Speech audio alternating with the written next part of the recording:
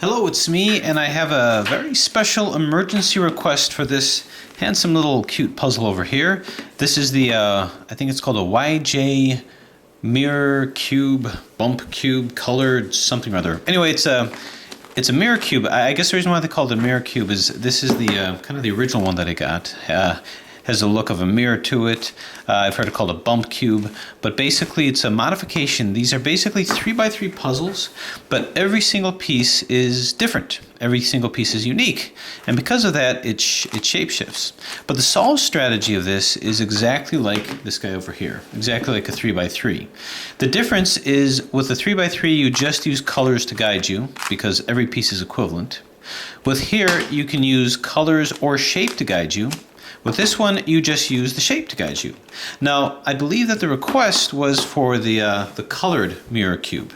So this is the one that I'm going to at least start off with, because you can potentially just use color or shape to guide you with.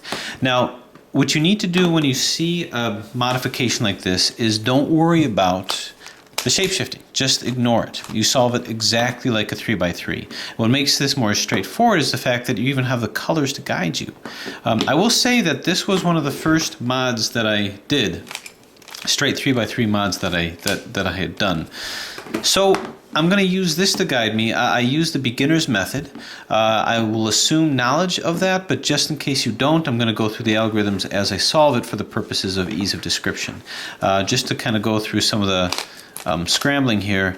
As you can see, as you're scrambling this, the shape shifting is pretty much an unpredictable kind that goes in every direction, because every single piece of this puzzle is unique, is different. So it's going to add a little layer, a little dimension of potential complication and difficulty with it. But it's a fun puzzle to solve and to show. If you show people this and show it in a solved or in a scrambled state, it's pretty impressive. Anyway, I think it's probably scrambled pretty well right now. Now understand, every piece here has its equivalences, but the difference is it's hard to tell which is corner, which is edge, because quite frankly, everything is different. The only thing that's the same are the center pieces. So what I'm going to do is correlate this with a scrambled 3x3. Okay, and there we go. So the first step is, with both of these, go ahead and let's find a top layer. So I'm going to do layer by layer, which means I do one layer, then the next, then the next, just like with this. So in this case, let's pick, I don't know, green, we'll say. I usually start off with green anyway. So the first step that you're going to do with this puzzle, exactly like with this, is you're going to want to get your cross. Now the cross just refers to placement of edges. These edges are defined as something that articulates two different sides. So this say articulates between these two. This isn't the correct edge, but it joins two sides. A corner is something that basically articulates or joins three sides. So that's this. And you can tell by the color. To place the edges, basically what you're going to be doing is you're going to be just positioning things. Now this is done what we call intuitively, which means no algorithms are needed. You don't have to worry about how you turn things because you're not messing anything up. This obviously is already in, so I'm going to turn this over here so you see this is correctly placed. Here's a green and a yellow. I need to move this down here so that the green is facing here, so this yellow can match up with the proper center. So just make it make sense. If I move it here and down, that places it down here. I've got these two down here. So move this to the orange. Now the reason why I'm going through this in detail is because I don't really know how much the viewer knows about solving a 3x3. And sometimes I make an assumption that you're able to, but I don't want to make that assumption here. So this green and yellow matches here. Bring this up like so. And now finally, this green and white, I need to move this down to where the green is on the bottom, just opposite the green over here. Well, actually, this is already lined up over here, so I move this up. This is what you call the cross over here, as all your edges are in, and it's lined up with the correct center. So if I were to apply that to here, let's go ahead and pick a center. We'll say green. Just like before, this is already lined up over here, and you can use colors to guide you. So this goes to where the orange is, right over here. Find another green. Believe it or not, if it has two colors, this is an edge. Even though this is an edge, this is also an edge. It looks different. I'm going to apply the same strategy. This is going to end up opposite here, so I can line this up with the proper center. It's already lined up, so I just move it up like that. So we have these parts here. Find another green, this one. Okay, so again, if it has two colors associated with it, these don't count.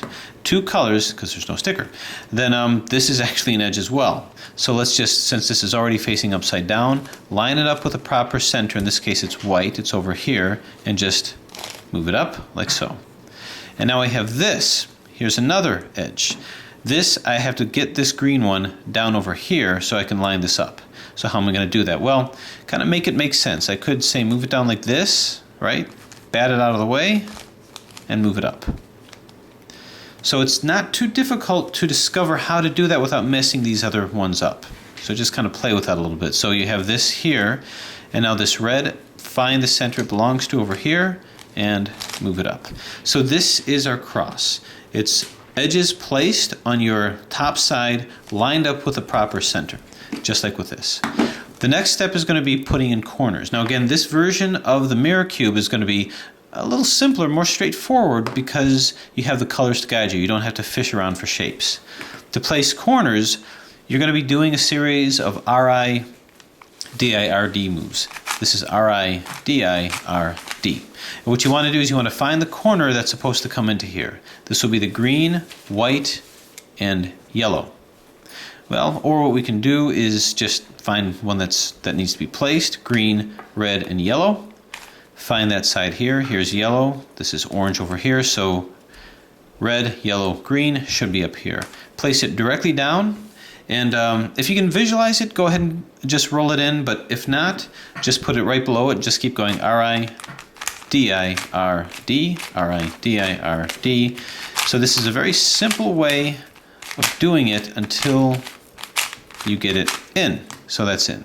We're just going to follow suit. Green, orange, and yellow belongs over here. R-I-D-I-R-D. There it is. Same thing. Now, if it's not in the right place, do an R-I-D-I-R-D to bump it out. This obviously doesn't belong here. This is red. This is orange. R-I-D-I-R. So now we're going to put this right below where it belongs here and just keep doing R-I-D-I-R-D until it gets in. There it is here. This needs to come up over here. R-I-D-I-R-D, D-I-R-D. This is obviously not a speed cube, and I am not a speed cuber. And you're seeing why. This one kind of snags. Okay, so as simply as that, we have our first layer. So to here, find the greens. Here's a green over here. Here's a green over here. Let's put it at the proper place. Green, red, and yellow will be over here. Green, red, and yellow.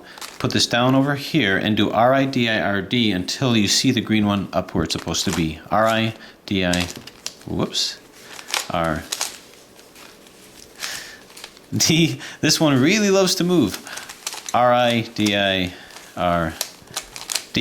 R-I-D-I-R-D. All right, so I could use the color rather than the shape to guide me. So we just do that again. Great fun. So anyway, green, orange, and yellow. Right over here. R-I-D-I-R-D, R-I-D-I-R-D, R-I-D-I-R-D, and you get the picture. I don't know why I'm having such a hard time lining this guy up. Anyway, so this is over here. See if there's another green one down here. So I can once again use the color to guide me. As long as you can use the color to guide me, this is a fairly straightforward puzzle. R-I-D-I-R-D. Now after a while you don't have to do the R-I-D-I-R-D pattern. You can sort of visualize how to put it in. So this is in here. And finally, this one is the one remaining. Put it here. Now I'm not going to R-I-D-I-R-D it. You can at this point. I'm just going to put it in and up. Get this lined up with the right center. Okay, so we have our first layer over here. Now it's a question of doing the second layer. Moving over here just to demonstrate that to do the second layer, this over here, we're going to turn this upside down and we're going to be moving things from here down to here. So find the ones that are up here that don't belong. These are edges that we're moving in here because this is an edge only layer. So here's a yellow and red. Yellow and red, let's put this up to the center that it belongs to, which is here. Now, which way does it have to go? It's got to go down here and to the right. The algorithm that's used to move it down here is going to be U, R, UI, RI, UI, FI, U, F. And lo and behold, there it is. Now we're going to continue to do that. Anything that's not blue, in this case, orange and white. Okay, this has to go over into the left. So that algorithm here is going to be UI, LI, U, L, U, F, UI, FI. So there that is. And we keep going on. Move this to the proper center. This has to come down to here. So that algorithm is going to be U, R, UI, RI, U, FI, U, F. And there that is. So if you keep doing that, you'll get it in. Now, if you get this situation, just get it out. You can put this one in, doesn't matter as long as you bring this up here. So I'm just going to do it this way. U, R, UI, RI, UI, FI, U, F. I only did that to bat this out, put this at the proper place, and bring it in with the same algorithm. And down, so all that's in over here. So we have the second layer, and we do the same thing here. So don't let the shape shifting fool you. Same thing here, I have blue. Any non-blues have to go down. This is already lined up with the proper center. This orange comes down over here, so exactly the same thing. This goes from here and to the left. If you do to the left, that's going to be UI, LI, U, L, U, F, UI, FI, and there it is. How about this guy? Line it up with the red center. This white comes down to here, so same algorithm. UI, LI, U, L, U, F, UI, FI. There it is. What else? How about this yellow and red? Line this up. This goes down here, so everything seems to be shifting this way. And same algorithm.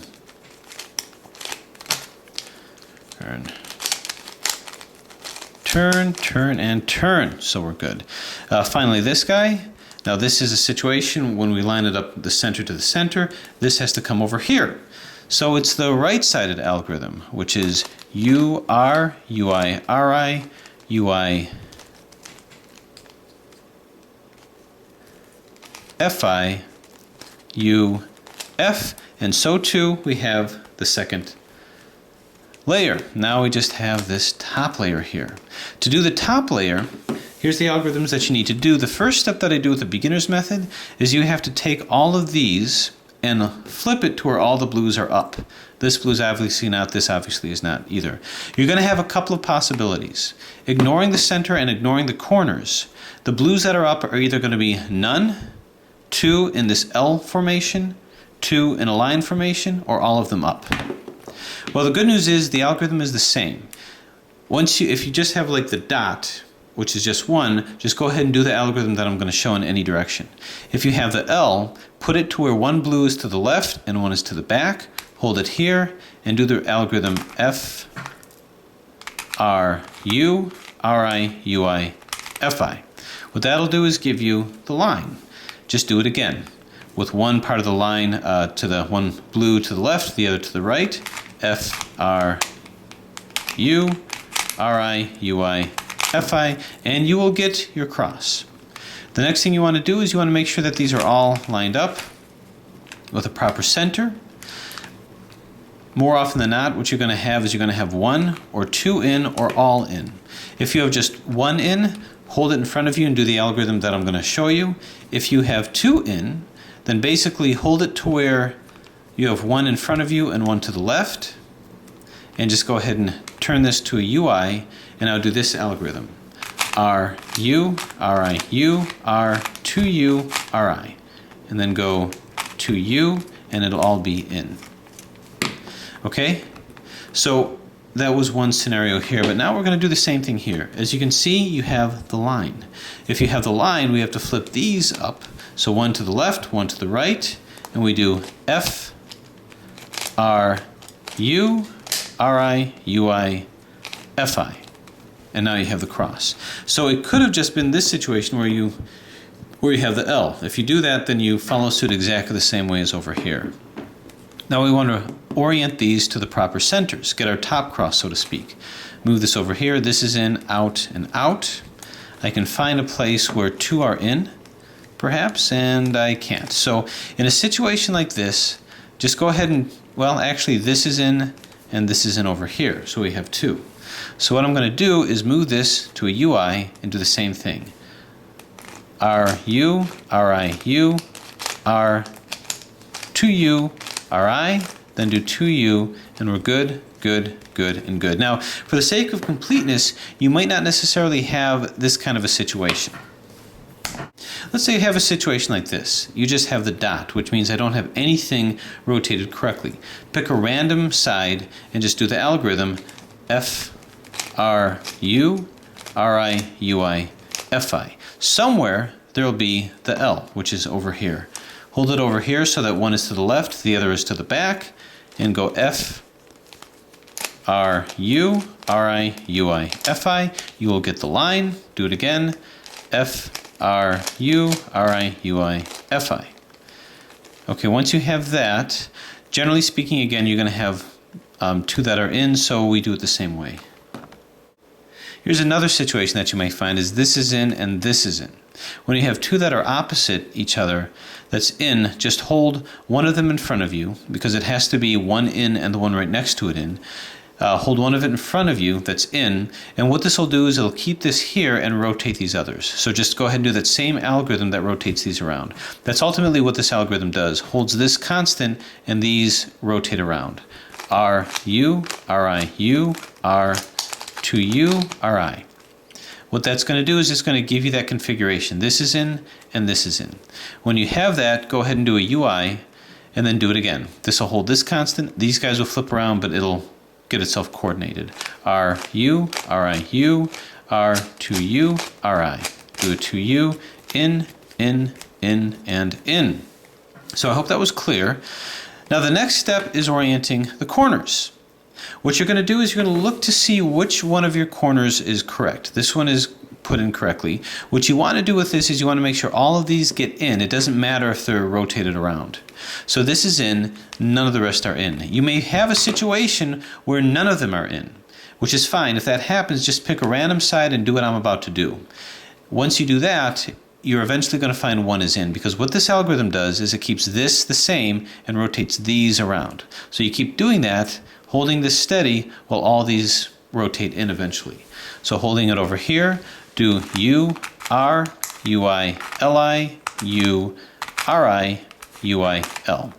That'll keep this exactly where it is, and now you see that this is in, and this is in. All right, so we're going to do that with this over here. Which one of these are in? Turns out in this case, none of them. So I'm going to pick a random side. This will stay the same. These will rotate around until one of them comes in. So we do U, R, U, I, L, I, U, R, I, U, I, L. And we take a look. Not in, in. I can tell because all the colors are correct. This is not in. So now I hold it over here with this to the right and do it again until all these are correctly positioned. U, R, U, I, L, I, U, R, I, U, I, L, and we like it. These are in and these aren't in. As a matter of fact, these are oriented right and these are not. The last step of the beginner's method, the final step, is rotating these correctly. And like with the corners down here, we just do RI, DI, RD.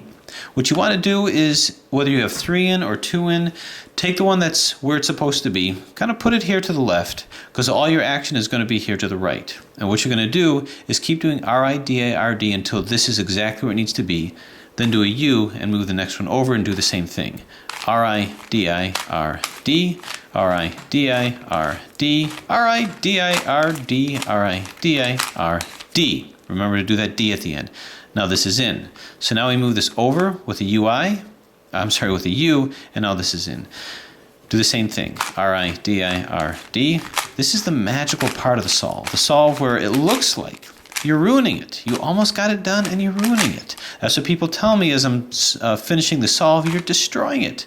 So now this is in, move it in again, do the same thing, and it will become seemingly magically solved. So this is in, and we just line this up here. In this case, we just have 2 to do. So line this here, we'll put the one that is in to the left side. These are the ones that are going to be like an assembly line, one after the other. R-I-D-I, R-D, R-I-D-I, R-D, R-I-D-I, R-D, R-I-D-I, R-D. Now, don't panic. This is in up here. Move this to the side, and just 2 more R-I-D-I, R-Ds. We'll get it in, and you will find yourself with a solved cube. Now, this one was done purely by color, not by shape. If you have the colors, ignore the shape shifting, use the colors to your advantage. It's not going to work with this one. You actually have to use the shape and let the shape guide you. And if so requested, if need be, I can do a tutorial on this, but that was the request, and that's what I did. Hopefully that helps. Let me know if there's anything else that needs clarification. I didn't do an in-depth tutorial on the beginner's method. That was more a demonstration to show how you can correlate it with this. But if you have another method of solving a 3x3, you can apply that exactly to this. There's absolutely no difference.